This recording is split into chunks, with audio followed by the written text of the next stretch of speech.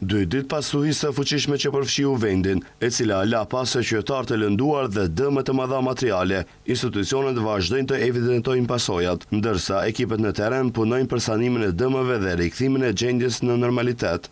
Ndërkohë, kryeministri Kristian Miskoski ka bërë të ditur se qeveria do t'i dëmshpërblej qytetarët që pësuan dëme nga moti i keq në Shkup. Miskoski theksoi se do të ndërmerren të gjitha procedurat e nevojshme për kompensimin e dëmeve. Ai u bëri thirrje të gjithë qytetarëve që kanë pësuar dëme nga stuhia t'i paraqesin ato pranë institucioneve kompetente, në mënyrë që komisionet përkatëse të dalin në teren, të konstatojnë gjendjen faktike dhe të përgatisin vlerësimin e dëmeve. Sipas Miskoskit, pas përfundimit të këtij procesi, qeveria do të bëjë specifikimin e dëmeve dhe do të nisë procedurën për dëmshpërblimin e qytetarëve të prekur.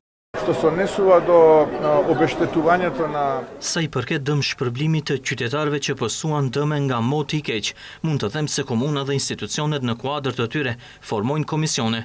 Qytetarët që kanë pësuar dëme duhet i paraqesin ato pranë këtyre komisioneve.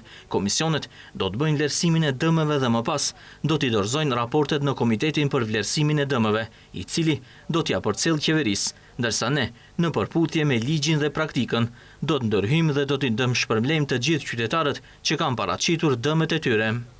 Ndër komunet më të prekura nga stuhia ishte edhe komuna e Çajirit. Kryetari i saj, Izet Megjiti, deklaroi se pjesa më e madhe e pasojave tashmë janë sanuar, ndërsa komisioni kompetent po vijon me vlerësimin e dëmeve të shkaktuara. Ai theksoi se në koordinim me qytetin e Shkupit do të ndërmerren të gjitha hapet e nevojshëm për t'u dalë në ndihmë qytetarëve të prekur.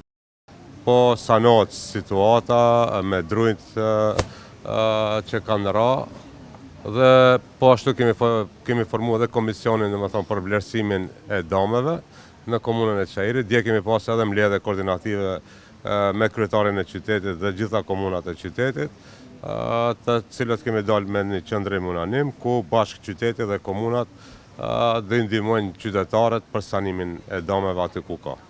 Kujtojmë se sipas të dhënave të Ministrisë së Punëve të Brendshme, si pasojë e stuhisë që ndodhi të martën, janë raportuar 145 automjete të dëmtuara, 46 çati të dëmtuara, 189 pemë të rrezuara dhe 7 semafor të dëmtuar, ndërsa po ashtu 10 qytetarë kanë pësuar lëndime.